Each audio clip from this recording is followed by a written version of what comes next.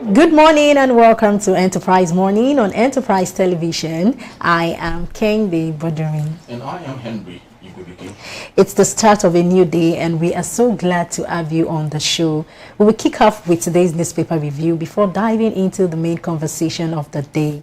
Trust me, you don't want to miss a moment with us. You can join the conversation by dropping your comments, liking and following us on all our social media platforms at Enterprise TV 7. So joining us to share the matters at hand is Olubenga Paul Ayonuga. He's a political commentator. You're welcome, Good morning, Mr. Ayonuga.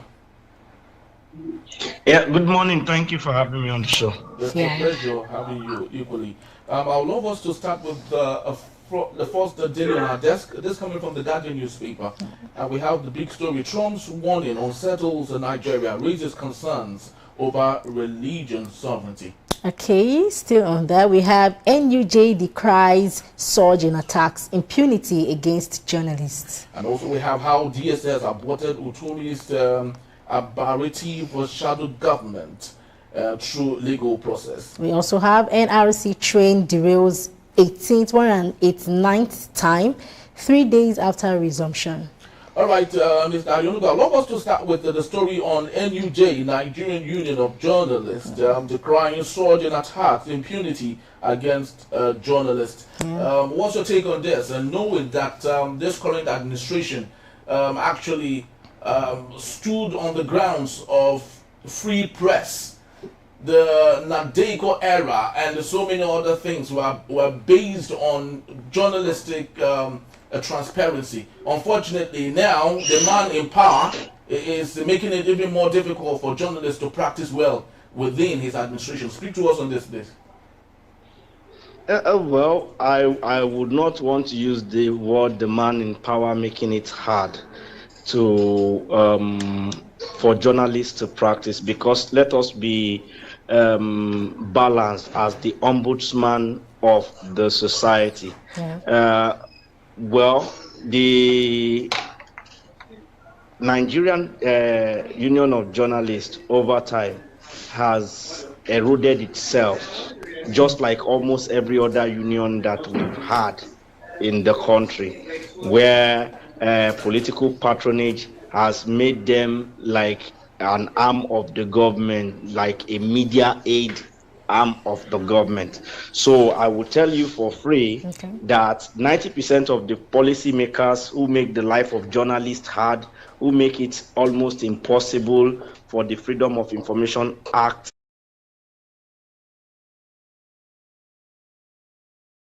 in a lot of administration in the past, are former journalists, are former editors who cut their teeth on the field of journalistic endeavor, but now that they have gotten into government, they are observing table manners while eating. So it would be unfair to put that blame on the table of the president. The president cannot be a doctor and be a lawyer and be a journalist and be this and be that at the same time. That is why he has aides, and those aides make laws at his pleasure. So if those aides are doing certain things, you won't expect the president to know it all. So he will react based on advice he gets from his aides. That's why you see most governors or leaders, if they were to be maybe lawyers, you will see that people in the law profession will enjoy during their tenure. If they were to be doctors, the people in medical profession will enjoy during their tenure. A case in example is that of Governor Nyesom Wike, when he was the governor in Rivers State and now FCT minister. You will see that he's doing a lot for the judiciary. When Governor Mimiko was the governor in Ondo State, he was doing a lot for the medical practitioner. But then at the same time, while we are trying to cry for justice, let the NUJ also flush its house clean. A lot of people, because of sensational story sales, No, a lot of people are not vetting stories that come out on their platform because they want to be the first to break the news. And at the end of the day, we have seen several times in the last 2-3 years where credible news stations come out with totally false reports. Some of them are humble enough to apologize, for carrying such false reports. Some of the reports they are carrying, maybe they lifted it from other sources without independently verifying. Some their journalists wrote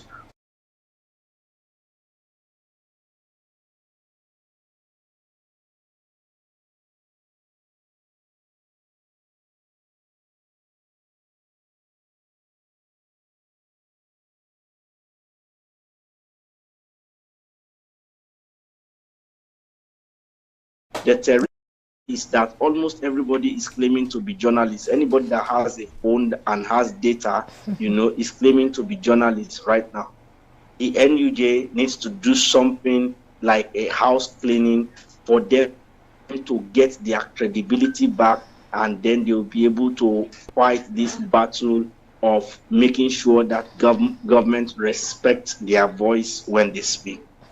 Very true. Okay, so what protections does Nigerian law provide journalists against assault or harassment? Well, there are a lot of fundamental laws that protect the journalists. Even the basic fundamental human rights, right to life, right to freedom of association, rights to freedom of movement, rights to information. Those naturally protect journalists. There are other further laws that protect journalists in conflict situation where, for example, the situation we had recently during the March for Nnamdi Kanu's release, where people who were apparently wearing journalist badge were attacked by the police, or let me say by some overzealous elements in the police force. The law is actually against that. There is constant effort to make sure that the police are trained and retrained to avoid such situation. That is why you saw that when the police spokesperson came on TV to speak, he was apologetic on behalf of those officers who carried out the situation. But apart from the law, what the journalists of old use in their own case is not just the element of the law, it's the element of having right, incontrovertible, fact-based information to fight people. So when you see situations where people post things and then they say heaven will fall, or we'll bring down this government and all the rest, only for them to now turn back after sometimes having discovered their error, that all they were basing their claim on were actual fallacies. Then they now come to be begging. Now, what law do you want to protect that person? Because while, yes, the law says you have freedom to speak, you have freedom of information, but then there is also a law that protects the other person you are speaking against, that says you cannot slander that person, that says you cannot blaspheme that person. And when that law applies against you, you will say, oh, they are trying to stifle journalists. So as ombudsman of the people, we need in our own right to be balanced first, before seeking judicial processes, so that at the end of the day, we are not fighting wars that make us look like people who don't know what we are doing. All right, that's actually awesome. You said it so awesomely well. But of course, we can't take back what I would call digital stalking of the government. The new Cybercrime Act, as amended, is a little bit strict here and there. The case of defamation and loss of slander and libel. It's a very big thing. Journalists these days can't even differentiate when they should not defame or whatever it is that they say that looks defamatory and all. But of course, it's a growing matter that we hope that it will get better. Femi Adesina, while he was serving as media aide to Muhammad Buhari, crossed the line so many times. He watched when Twitter was banned, and this was someone who spoke against all of this during the military era. And like I've said earlier, he was a former journalist. Yes. An editor, senior editor. So the onus is on us as new crop of journalists to take our time to read. You know, the challenge many of us have today is that the modern day journalists don't read. Back in the days, journalists read as much as lawyers do because they want to know which part of the law they can use to, like the cybercrime law that you're talking about now. I can bet to you, if you go to 10 media stations in Nigeria, both online media station and the regular media station, and you ask 80, maybe 10 of their staffs, especially those on the front end, you know, about some of these laws, I am sure that 80% have not read it. And even out of the 20% that read it, maybe only another 2% or 3% understood what they read. Meanwhile, the onus is on us to study these things, understand them, so that we can protect ourselves first and foremost, then protect our organization, and then when we speak, even the people we are speaking to, either in government, amongst the police, will know that these people knows what they are doing. And all over the world, people respect intelligence, even power respects intelligence, and that comes by we taking our time to study some of these laws. Very well said. Impressive. Now let's take a look at another matter. You know, from the growing case against the journalists, of course, going against their rights, and this time around to what stands in for an opposition at this point. We have it that how DSS aborted Utomi's aberrative shadow cabinet through legal process. I would love that you speak to me on what a shadow government is, because the much I know, even if it's more of semantics, a shadow government is like an opposition. Someone standing to look at whatever it is you're doing and pinpointing what they think is wrong. So is it that the DSS does not understand the true definition of shadow government, or are they becoming overzealous at this point? Anyway, shadow government is not necessarily an opposition. Shadow government can be a mirror for the main government. During the time of Chief Obafemi Awolowo, they had shadow government, and it is not necessarily to oppose every policy of the government. Sometimes it is just to show the government how to do it better, because as the saying goes, hindsight is always 20/20 vision, you know, and the people currently at the corridor of power, due to some externalities and pressures here and there, they might miss out on some point and not get some policies right. Now, people who are neutral out there, who are not exposed to the pressure that those in the kitchen are exposed to, will see it better. And when those ones form shadow government, you'll be able to tell government that, oh, this policy you have made, maybe it is wrong or it is right. It could have been done better this way. It could have been done better that way. That was how it used to be in the days of Awolowo and of course, also in countries like the UK, they always have shadow cabinet and shadow government. But the challenge that we have, before we blame the DSS of being overzealous, the challenge that we have is that right now, those who are trying to do shadow government, shadow cabinet, are not doing it altruistically.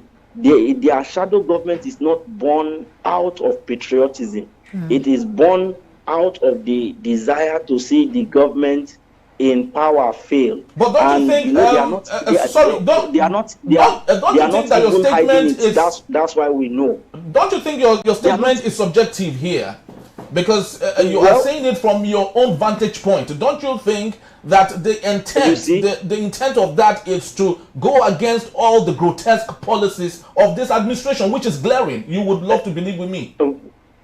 Well, you will think that it is about going against grotesque policies, and I don't see any grotesque policies thus far as I am concerned.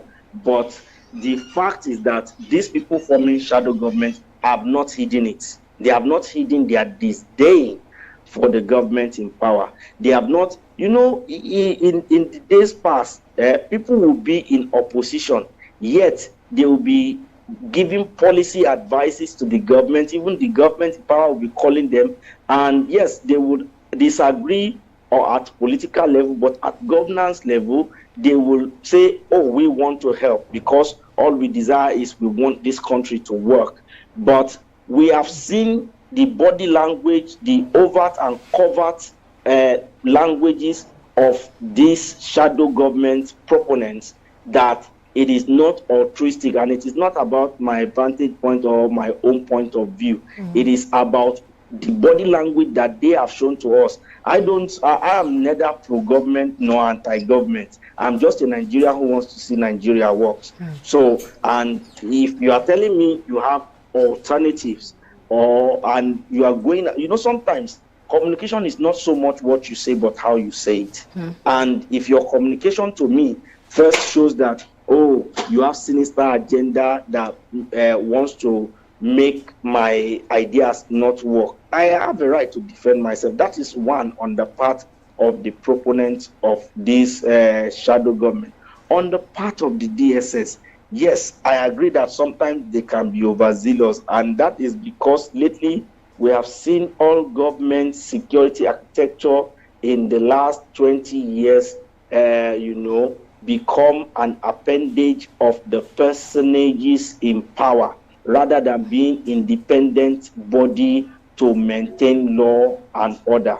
And that you would expect to happen so long as the people in power are the ones who appoint the heads of these agencies.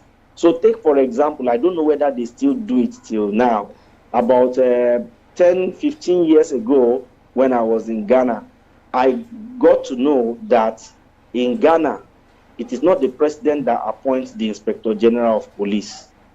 The next 6 Inspector General of Police, they know themselves by virtue of the line of succession. I also learned that time that it wasn't the president that actually appoints the chief judge of the Supreme Court. The next 6 chief judges, they know themselves by line of succession, and so many organizations like that deal with government affairs in Ghana. So they are not afraid that a government will come in and bring a junior over seniors and sack the seniors, abruptly, because the law, the institution of governance protects them. But we don't have that in Nigeria. And so that when we see the organization like DSS, police, overzealous to protect the interest of people who appoint their leaders to office, then rather than blame them, I think first and foremost our job is to talk to all of our representatives in the Senate and the House of Rep. But you see, the challenge is that 90% of the time, their body language doesn't show that they represent us. That is why even if we tell them we need these institutional policies to be changed, they will hardly move a finger to change it if it does not align with their own personal interest in that national appeal. Okay. All right, that's actually awesome. As brilliant as you have, made that, made Nigerians see. Lots of people, might have it from another side. Remember, what goes around comes around. Yeah. In 2012, President Bola Ahmed Tinubu and his crew organized Occupy Nigeria against President Goodluck Ebele Jonathan. I do not know if that is not enough shadow government. They didn't call it shadow government. Okay, so what was that exactly? No, they didn't call it shadow government. All they were doing was protesting and agitating, as it is the right of every citizen. Even with their agitation then, I also blame Goodluck Jonathan's administration for not handling the situation more with more strength. Jonathan run a laissez-faire kind of government where he let people do a lot of things and get away with it. And you don't rule a country that way. As a president, you must be able to boldly say, this is our policy direction, this is where we are going, and stand by it. And you think President Bola Ahmed Tinubu is doing that? Do you think President Bola Ahmed Tinubu is doing just that now? He's doing the opposite. I think he's doing just that. And really? He's doing it wonderfully well. That is why policies that he himself stood against, maybe with hindsight, which, like I said earlier, is Vision 2020, he has seen that, okay, those policies are needed, like subsidy removal and the exchange rate, balancing. We see that he stood by it to the very end. And if we want to lie to ourselves and be, unpatriotic citizen, we will say we are not seeing the effect. In my own state, before Asiwaju came to government, I come from Ogun State. My state collects around 2-3 billion a month. Now, my state collects about 10 billion or in excess of 10 billion every month. So if I'm not seeing development in my state, that is not the problem of the presidency. You see, that's not the problem of the presidency. That's why when trees fall on one another, you take the one at the top first, one by one. See, the fact that your governors, my governors in all our different states are not allowing these excess funds getting to the state to reflect is not the fault of the presidency. It's not the presidency that is in charge of employing secondary school teachers in the state, for example. It is the job of the Ministry of Education in the state. In my own state, for example, there is shortage of teachers in many of our secondary schools and, shortage of teaching facilities. But that is not the fault of the presidency. So we can't be laying the fault that belongs to state government or to local government on the doorstep of the presidency. But if you talk about what the presidency has done, what the federal government has done, we must give kudos to them. My states have like ×3 of what they used to earn before now. So if development is not ×3 of what it used to be, it is my job, which I am rightly doing. Yesterday, I just came back from a tour of my senatorial district, Ogun East. I went with the senator representing my district on midterm assessment tour. And from that assessment tour, I was able to see for myself what my senator is doing, what my governor is doing, and what my governor is not doing. And so our job as citizens, which I am doing my own bit, is to call the attention of the state government, and if they are not listening, we do whatever needs to be done to get their attention to some of the issues. Okay. But we can't be blaming the presidency.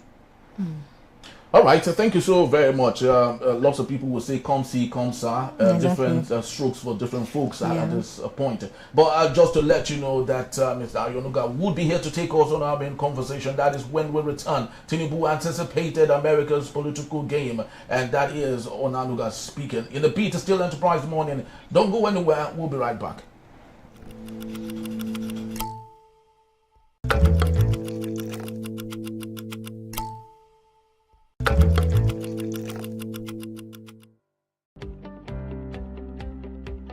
Many of us who are journalists speaking in our studio have passport to even cross to Republic of Benin, not to talk or fly out of the country if the country is set on fire today. That is why we need to be careful. We may not like the government, but when, like the Yoruba saying that when yash spoil, now the owner of the yash go feel amo. Very well said. So true. Detailed, it's often said that what is anything broken can be fixed. Even if Nigeria is pseudo broken, we can actually fix it, and everything actually still boils down on leadership. If we have intentional leadership at its best, if the president, the Senate president, the senators, our parliament, our governors are able to allow for good governance, I love to believe no one would even have reasons to go against the government. The reason why the opposition are strong is because those in power have deliberately refused to do the needful, unfortunately. We pray for Nigeria. We pray that Nigeria will succeed. We pray for the seat of the president, that he will do well, but everything still rests on participatory democracy, participatory leadership, and hopefully we will get it all figured out. Thank you so very much, Mr. Onanuga, for being here. We truly do appreciate you. Thank you for having me. All right, it's a pleasure. And that's about the time we have. We'd love to say thank you. Please do well to follow us. If you may, you can find us at enterprisetvnews.com. You may equally rewatch this, if you may, when you visit us at Enterprise or TV7. I am Henry Ikwebike. And I am Kende Boduru. Have yourself a splendid day. God bless Nigeria. God bless you. And we'll see you tomorrow for yet another great time. Yeah. Bye-bye. Bye.